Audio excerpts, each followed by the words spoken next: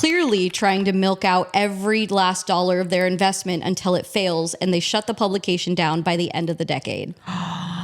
Hello, everybody, and welcome back to the Girl Music YouTube channel. I'm Kelsey. And I'm Ashley. And you know, it's our favorite day of the week. It's filming day. Woo! But we are doing something exciting because you guys responded so well to our Spotify AI bamboozle story. We really wanted to have more of these conversations about what's happening in the music industry and what's being f***ed up. Or not. Or good news. Or not. Good news is good. Good news is rare. Good news is happening sometimes. Barely. But yesterday, Ashley pinged me with the news that Pitchfork is now going to be charging for their website. And we have feelings. Like, man, we're kind of, we need your opinion too. You know? Yeah, we would love your opinion in the comments. Let us know. Because honestly, when I first heard about it, I was like, oh my God. Yeah. And then it like slowly trickled down to like see where they're coming from and see what they're providing. And I'm like, oh, this is just what everyone has to do because you can't have website ads anymore. That doesn't exist. I mean, recipe websites still do. Oh my God. They're the last ones that are holding on strong to the ads. Me. Like 100. Like you can't see. Pop. I'm like, can I just get to the recipe, please? No. Then there's a story time behind that recipe. And I'm like, I don't care. Jump to recipe. Anyways. It's totally something that has to happen, I feel like, these days, because otherwise you aren't making money for your writers. I think, weren't we talking about this? Kelsey and I talked about Pitchfork a lot. We used to actually have a segment on our podcast where we would talk shit on their ratings and say what we would rate the albums. So go back and watch those things and listen to that. But weren't they like contracting out their writers because they literally couldn't afford, like they let everyone go in Pitchfork headquarters. So here's what kind of happened. So back in, I want to say mid 2010s, Pitchfork was going to go under, and Condé Nast, the huge magazine empire, bought them. And ever since that shift, a lot of people have been noticing, you know, it wasn't as good as it was back in the day. Yeah. Right? Obviously, when you have a bigger conglomerate taking over your project, it's not going to go well. And it hasn't. And yes, to your point, there are no real like staff writers anymore. Okay. Everything is just kind of like freelance journalism there, which brings me to the point where I get a little mad about this whole thing because someone on Reddit, I was doing a nice little deep dive on Reddit, and God bless them. Someone essentially said that you're saying it's supporting music journalism as if that's what the money for the paywall is doing. Oh shit. See, this is where I was thinking it was going to the journalists.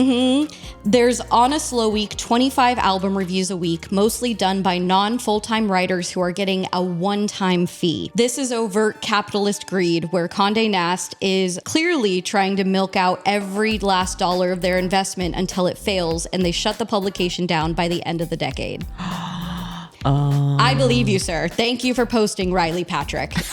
Because when I saw that, I was like, this is the AI circle again. No. Of just more. But it's Slop. so true. You're only going to be paying one-time writers their one-time fee. They don't get the ad revenue. They don't get the extra money. It's all going. Well, maybe they'll be able to pay in a rose-colored glasses world. Maybe they'll pay them more.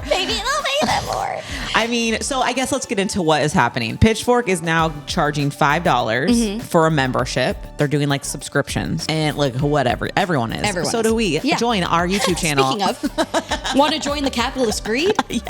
Help us because our videos are not monetizable. We're good. Anyways, if you don't pay, you still can see four. Thank God. I want those four reviews a month for free. But if you do pay, you get to see all of their old reviews and any new reviews that come out. You also get to review the album and comment on their reviews, yes. Which is kind of silly. I think Rate My Music, Album of the Year, all of these you can already rate albums. Yes. So it's a little bit redundant in that way, and that's free. And then they're also going to have live artist listening sessions where you can like ask artists questions. It'll be like Q&As, and you'll have an artist pop on there and answer. Okay. Yeah. Okay. You know, and especially because Pitchfork does a lot of videos. I'm shocked they're not making a lot of money on video ads. That's where we know how YouTubers exist. It's because of ads. Yes. So it feels ads very... and partnerships. Partnerships are a huge part of YouTube revenue. That's true. But it feels very much like, this is going to sound silly and I'm so sorry, but Pitchfork being Pitchfork, right? Of like, we are the most trusted voice in music. Yeah. We are it's kind of gatekeepy. Well, they call themselves like the ultimate critics, I think, is what their whole thing of Pitchfork is like the critics. Yeah. You know, which in a way, people do look at what their reviews are. Everyone kind of looks at that and is like, oh, well, Pitchfork rated it this. In the industry, it's definitely like a talked about. Oh, it's a water cooler conversation for sure. For sure. Yeah. So it's an interesting thing. $5 a month in relation to everything else subscription wise. I mean, our lives are just all subscriptions. All Make sure you check your credit cards. Make sure you go through. Make sure you're not paying for stupid shit. Stupid sign up. Stupid shit. It's very easy to sign up. Stupid shit. They just are like, sign up for 1 month free. Yeah, and then you just forget about that 1 month. That's how they all make their money. Yes. Is that. Yes, exactly. Anyways, if you love Pitchfork, I think it's always great to support. It just is interesting in like, where is that money going? Yeah. And also like, are you looking at more than 4 reviews? Like, who is that invested? When I look at Pitchfork these days, it's mostly for like background info because I feel like they put a lot of that information in their reviews. So if like we're doing a review, I'll go to them and be like, hey, what's the background on this person? And that is super helpful for us. And I feel like by monetizing the news, which has always been monetized, right? Yes. I mean, newspapers, then magazines, now websites. Yeah. It makes sense for them to go to this model if they had a full-time staff and writers. Because most of these people are freelance, it does feel a little icky that they're not being supported by this membership. It's Condé Nast. Yeah, and it's a weird why now? Why? Well, rumor Why has now? it Pitchfork is tanking. Oh. And so this might be the last final like push to save themselves. Yeah, they haven't charged. I mean, to be fair, they haven't. I mean, I'm sure they get donors and stuff like that. But I will also say Stereo Gum also went to this model last year. And Stereo Gum is also a place where I find music reviews and a ton of news and whatnot. So they have subscriptions on their website. Everyone's doing it. You have to survive. Yes. There's literally no other way to do it. God, it's such a scary thing to think about, like how every month everyone's just paying people. So I mean, you just really have to focus your money on the things you love. Exactly. And like that is where you're putting your money. Because it's all subscription based. It's crazy. Exactly. Another part of this too was the AI conversation. Publications like Pitchfork, Stereo Gum, they're being essentially stolen from constantly from AI, and anyone can make a Pitchfork review. You know what I mean? So they kind of put it behind a paywall. So that you cannot steal it. AI can't really steal it. Yes. I mean, you could still, You can still copy and paste onto a different website. Yeah, I mean, we're all just fucked. We're all done. Guys, what is going on in the music industry? But that is a fun thing, and we'd love to know what you guys are, what your thoughts are in the comments. It's definitely, I think, the way that things are going. All publications have been charging. Pitchfork's actually probably one of the last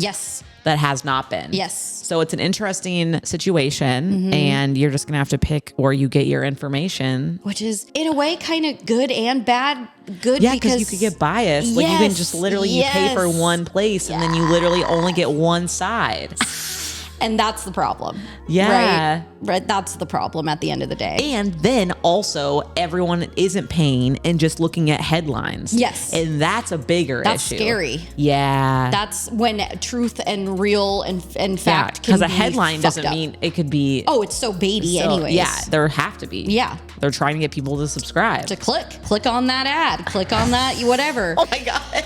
We're fine, guys. But it is, I do believe the worst part is they don't really have a staff on site. And maybe we are completely wrong on that. I'm sure that they have staff on site to run their socials, to do all that stuff. And maybe that this will help them stay afloat, continue to keep that staff. Maybe they'll be able to hire on more writers. That would be lovely. So that would be cool. That would be the really great way to watch Pitchfork thrive again. Yeah. Do I believe in goodness and humanity and capitalistic people being not capitalist? No, I don't.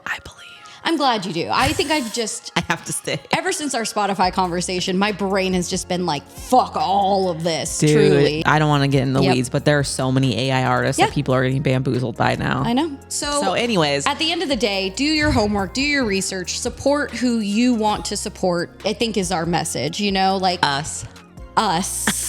It's $2. It's only $2. And it really does help us. But besides the point. Yes. Let us know what you guys think in the comments. We'll be back with some more hot gossip about the music industry. Or maybe good news. Good news. Just wicked this. All right, guys. Love we'll y'all. see you later. Bye. Bye.